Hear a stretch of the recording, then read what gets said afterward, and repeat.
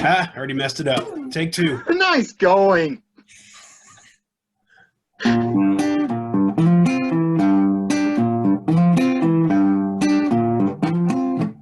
Close enough for rock and roll, folks. Yep. Welcome back to Inside the Music with Andy Schwertman, where we don't use Aerosmith's music because it's copywritten, and YouTube will put the kibosh on that right away. So you're stuck with Senor Reek.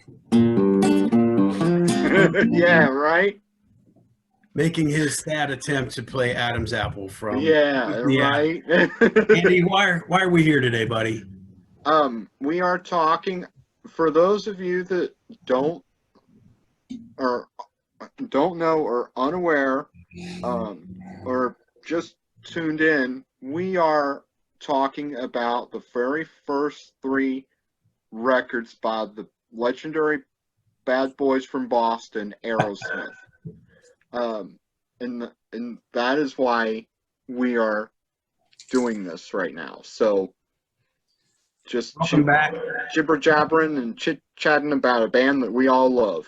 Welcome back to our special guest, Tony Kiefer. Yes.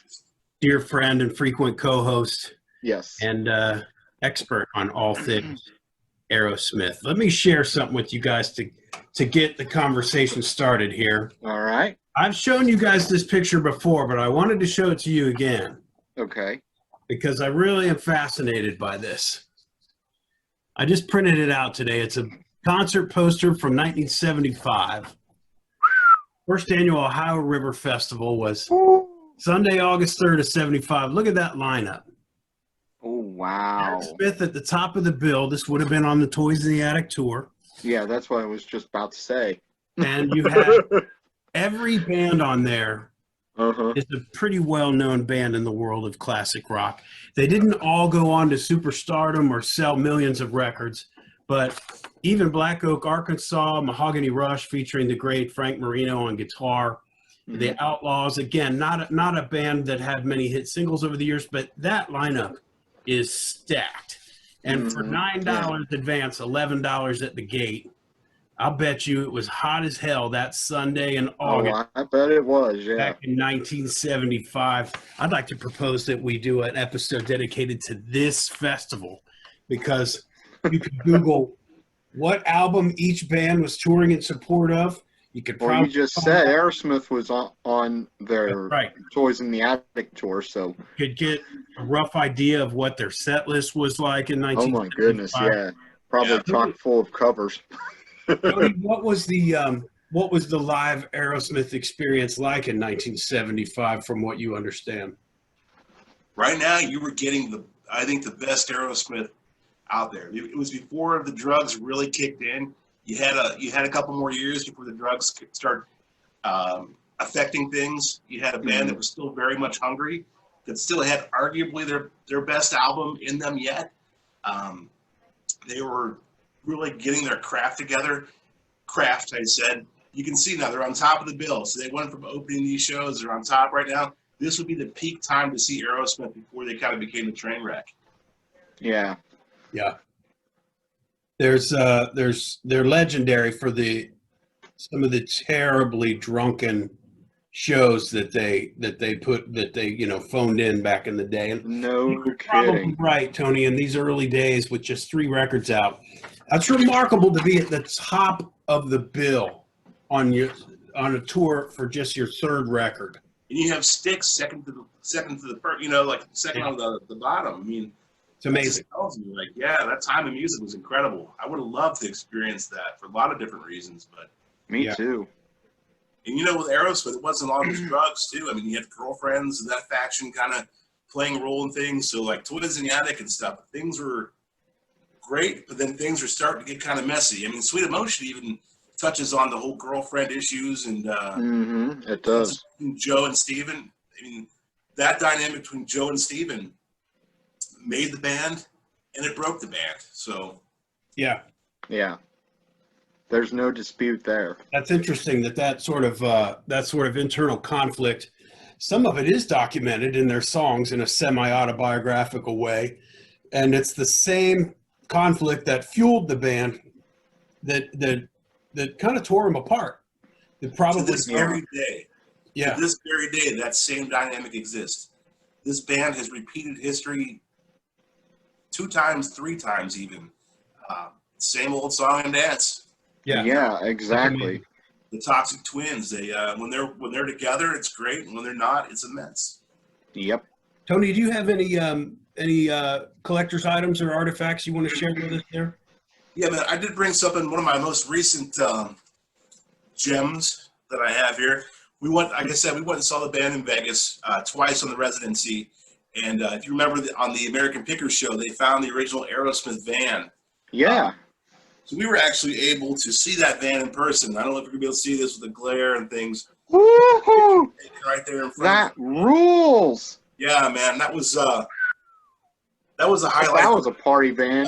Man, they had a lot of the different memorabilia and stuff packed into that, but getting to see that van was a huge piece of Aerosmith history that I'm glad I got to see. That's amazing. Yeah. Andy, did you have any questions for Tony? I'm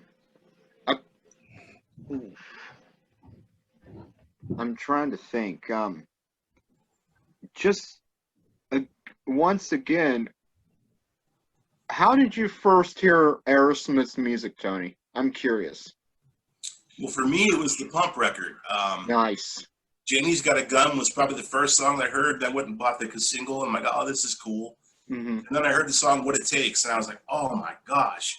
So I remember going to a place here in Cincy called Swallens. Oh, yeah, I remember them. Yeah, of course. And I remember buying the cassette of Pump, Mm-hmm. and I remember putting it on. And, like they say, the rest is history, but it's true. I love that record. I loved it so much. I memorized every part of that record. And like I said, after that, I just went and bought anything I could, from the greatest hits to to every cassette. And then I went on to buy them on CD, and then I went to buy them on vinyl. I couldn't get enough Aerosmith. So it was Pump that kind of got me into it, though. And like you said, Get a Grip was the first time I ever got to see the band on tour. And nice. I've just never stopped. Nice. Andy, yeah? Did you say it was an aunt or an older cousin that turned you on to him? It was a cousin. Yeah. It was a cousin.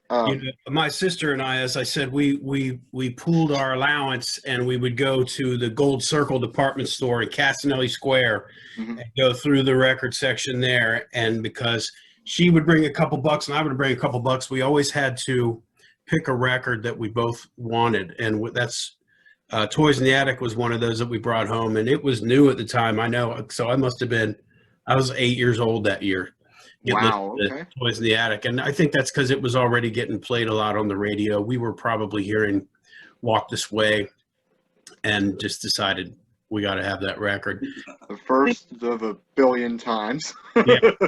And I think moving forward, we'll get into the enduring legacy of, like Tony mentioned in an earlier episode, that Dream On kind of took on a life of its own, though it wasn't necessarily a huge hit when it was brand new. Much in the same way Walk This Way was a hit, but was an even bigger hit later when they redid it with Run DMC. Right. So I think moving forward, we will, in upcoming episodes, we'll just do like we did tonight, and we'll tackle the next 3 records. Okay. And maybe you guys can bring the Aerosmith book and some other odds and ends, other collector's items to share. Yeah. We should get this knocked out in about 80 episodes, I think. I think we should go through the whole Aerosmith. That should scratch the surface, I think. Yeah. I just saw last week, Tony, that it was the 35th anniversary of the release of Done with Mirrors. Yeah. Which is a big favorite of mine, and probably the last thing they made when they were still kind of messed up. Yep. There was a live 12-inch single that came out from that. Do you have that? It's got like 3 live tracks on the B-side. I do have that, yes. Oh, love it. Love it. Yeah, so that record kind of gets swept under the rug a little bit, but yeah, it's definitely a big record for that band. We'll get to that. What are the next 3 in line then? Rocks is coming up. Was their 4th record? Draw the Line, which is a big pivotal record for Aerosmith. Yeah. And then what? Night in the Ruts, right? Oh yeah, Night in the Ruts. Yeah. Now I do have a little story that I want to share of surrounding Night in the Ruts, if that's all right. And You want to save it for the episode when we talk about that record? Sure. Or do you want to, since you thought of it now, do you want to go ahead and share it? Yeah, I'll share it. It's not that big of a deal. So this was before my nephew just got married last month, Tony, and I can't believe I'm saying that. It makes me feel really old. Anyway, him and his wife were and I went to everybody's on a Saturday, just last minute thing, right? And he said to me, he goes, I was looking at what to buy because my mom said, you can only get one thing, right? So I'm looking, and they had Night in the Ruts, for sale in the used part of everybody's. Well, I'm looking at AC/DC's No Bull, the live concert DVD, the one after Live at Donington, I kid you not, the next thing I know, as I'm going to pay for AC/DC's No Bull, Ryan looks at me and goes, "You're a bigger Aerosmith fan than me? Here you go, dude." Tony, I about fell over. I was like, That's whoa, awesome. I couldn't believe it. Very cool. I know, right? I was thanking him like crazy, and he's going, "You're welcome, you're good. You're all good, bud. It's okay." It was great. I would love to get a hold of one of those Night in the Ruts T-shirts from the tour, though, because it was always they would change the N and the R. I'd always love to get a hold of one of those little tour shirts. Yeah. Yep. Well, gentlemen, why don't we wrap it up? I think we did a pretty good job of covering those first 3 Aerosmith records. Did you want to add anything else, Tony? No, I want to tell Andy one last factoid about the first record. If you ever look for this record in the used section, because a lot of the first prints they had Walking the Dog misprint. It was Walking the Bog. So wow. Still always looking for that misprint album of the first Aerosmith record. So something to keep your eye out for. Okay. All right. How many of those do you think went to press, and what does that record sell for? I've seen it go for about $150.